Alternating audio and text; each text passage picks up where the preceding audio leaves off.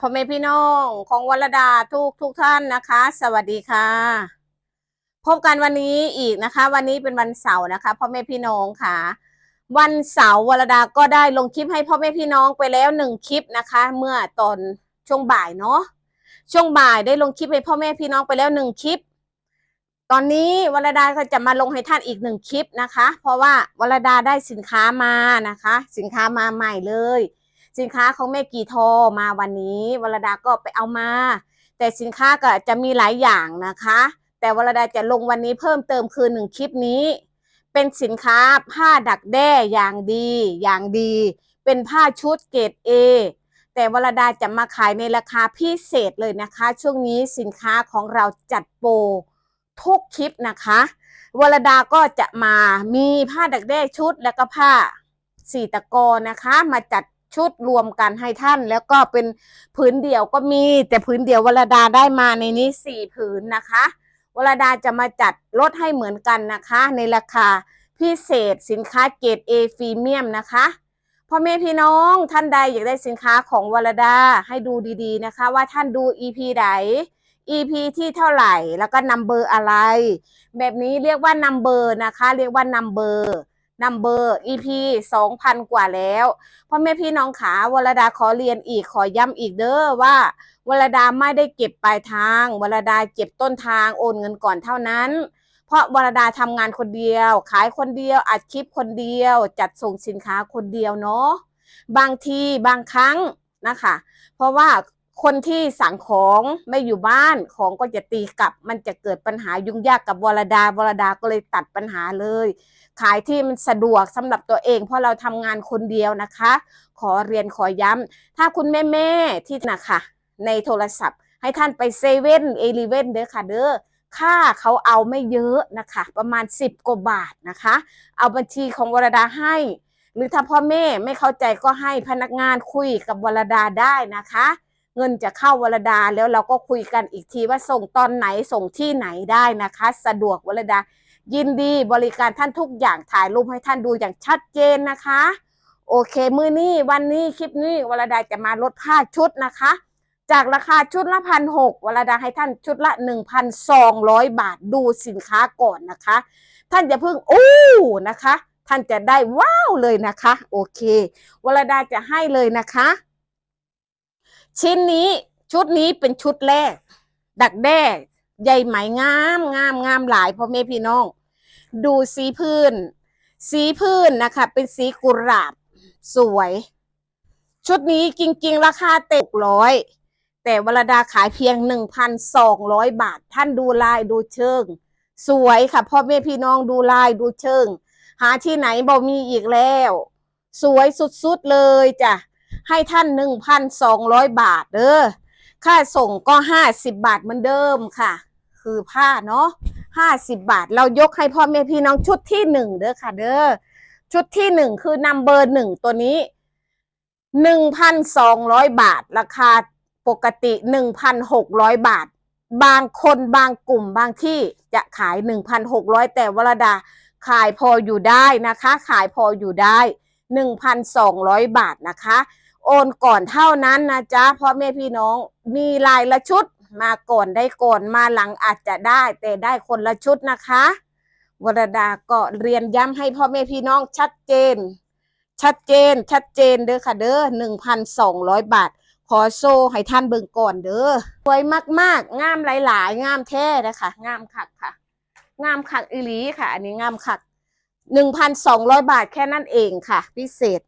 มาชุดที่2อันนี้ก็เป็นสีเหลืองเด้อค่ะพ่อแม่พี่น้องสวย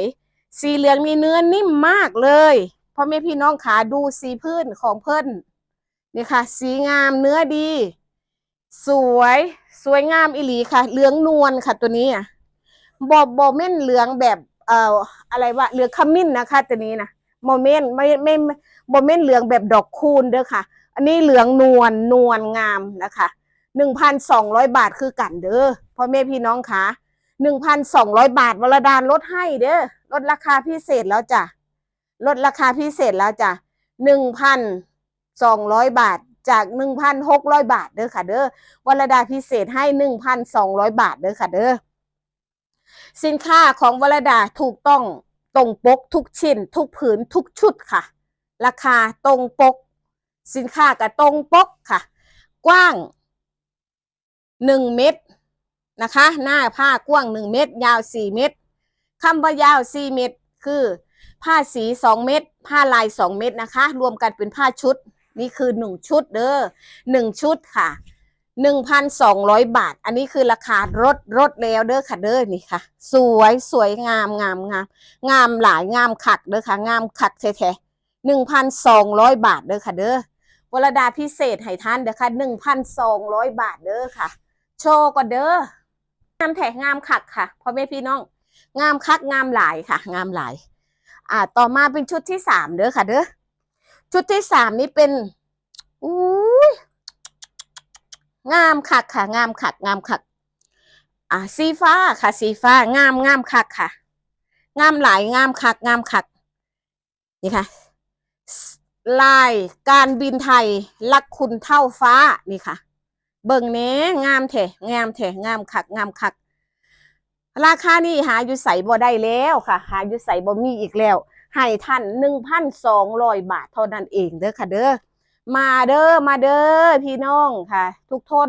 อยู่ทั้งเมืองไทยอยู่ทั้งเมืองนอกอยู่ทั้งเมืองใต้เมืองลางเชิญได้ค่ะสินค้าของวรดางามสุดๆเลยเกรด A No. 1เด้อค่ะเด้อ 1,200 บาทนะคะเกรด A พรีเมียมค่ะแต่ขายราคาพิเศษดูสีพื้นของเขาเนี่ยงามคักงามว่าสุดแท้สุดว่างามแท้งามว่ารายการบินไทยค่ะสวยคักNo. 3เด้อค่ะเด้อNo. 3เพราะว่าผ้าชุดวรดามีอยู่4 ชุดที่เป็นดักแด้เนาะที่เป็นดักแด้วรดาก็ให้พิเศษ 1,200 บาทแค่นั้นเองเด้อค่ะเด้อมาเลยไผมาก่อนใดก่อนเด้อค่ะเด้อไผมาซ่าหมดแท้เสียดายงามคักงามหลายเด้อค่ะเด้อผ่านไปเด้อค่ะนี่ผ่านไปแล้วสุดที่3เด้อค่ะเด้อโชว์ให้คักงาม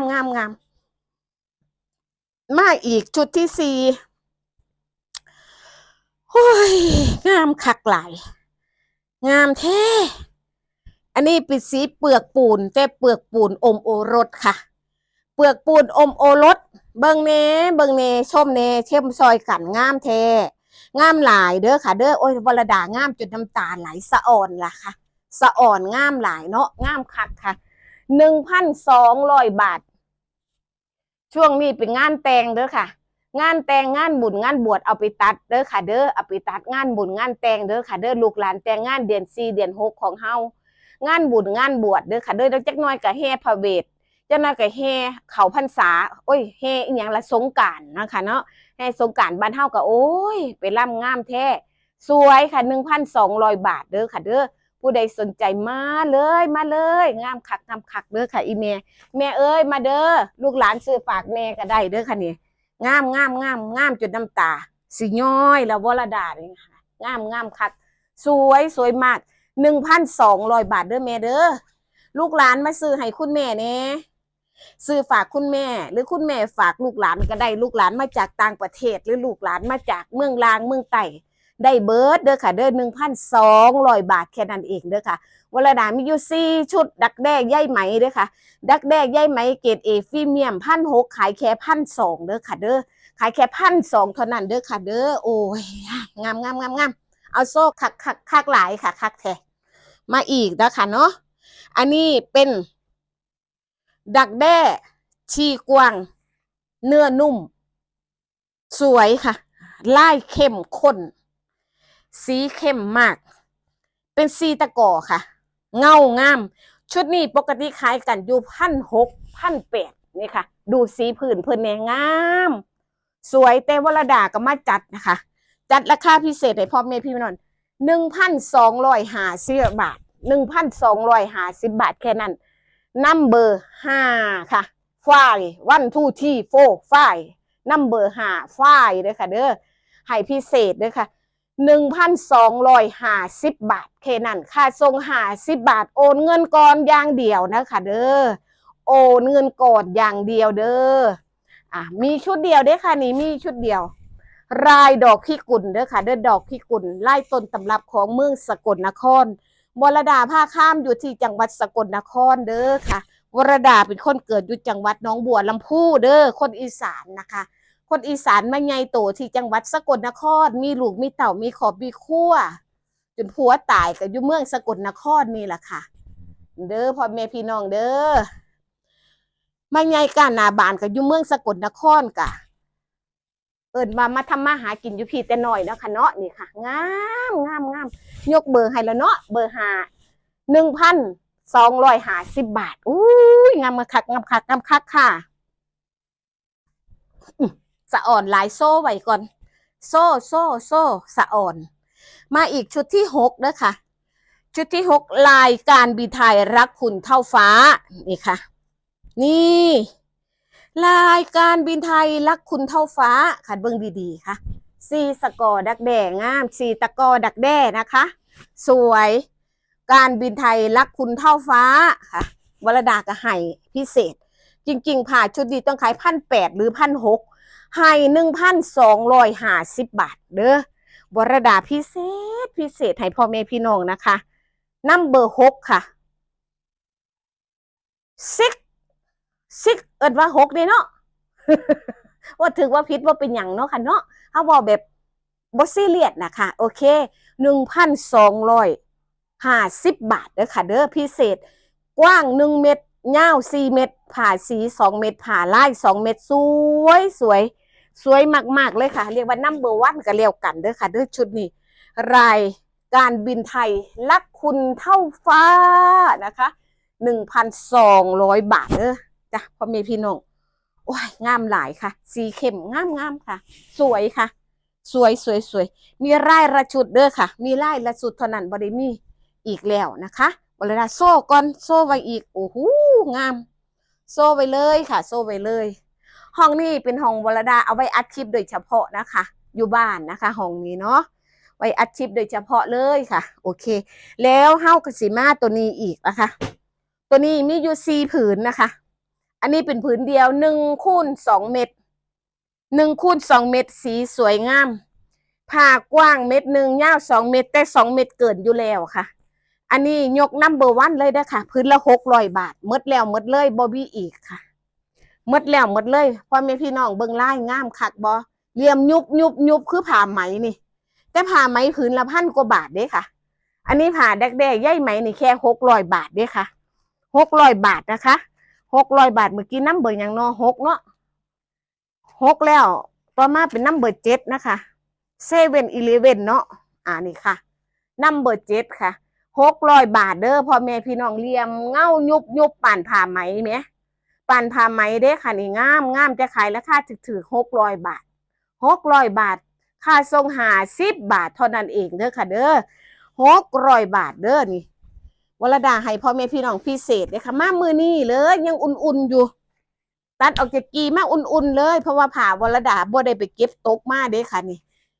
บ่ได้ไปเก็บตกมาจากไซผ่าใหม่ๆมาจากกีท่อเลยค่ะโอเคอันนี้ก็งามจนน้ำตาไหลสีม่วงสีเจ้าฟ้ามหากษัตริย์เด้ค่ะสีม่วงนี่งามอันนี้ดักแด้เนื้อนิ่มเนี่ยค่ะเบิ้งนะคะ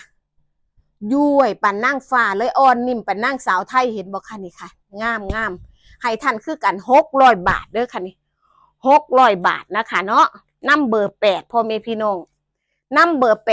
เอ็ดแรด8อีหลีเลข8งามนี่แหละค่ะเลขงามคือเลข8นี่ค่ะ600 บาทเด้อพ่อแม่พี่น้องผู้ใดสนใจรีบ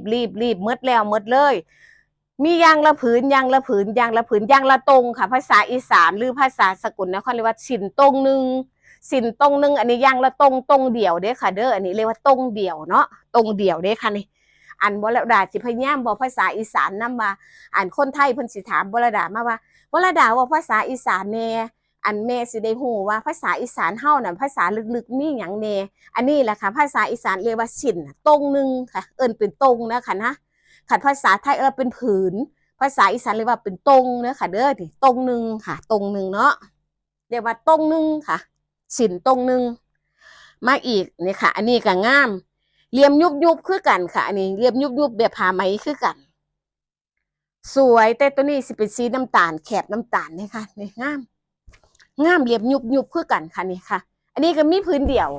วลาดาก็ให้600คือกันค่ะอันนี้น้ำเบิกเก่าไหมพ่อแม่พี่น้องเอ้ยงามคักค่ะบางคนสิอยากเอาไปตัดเสื้อคุ้มก็งามเด้ค่ะลายนี่เอาไปตัดเสื้อคุ้มก็สวยตัดเสื้อคุ้มตัดเสื้อสูทก็งามสีงามแบบสตรีไทยเป็นผ้าไทยนะคะตัวนี้สีงามสวยสวยดีตัดเป็นผ้าไทยๆเนาะงามถ้าเฮาไปตัดเสื้อคุ้มก็ตัด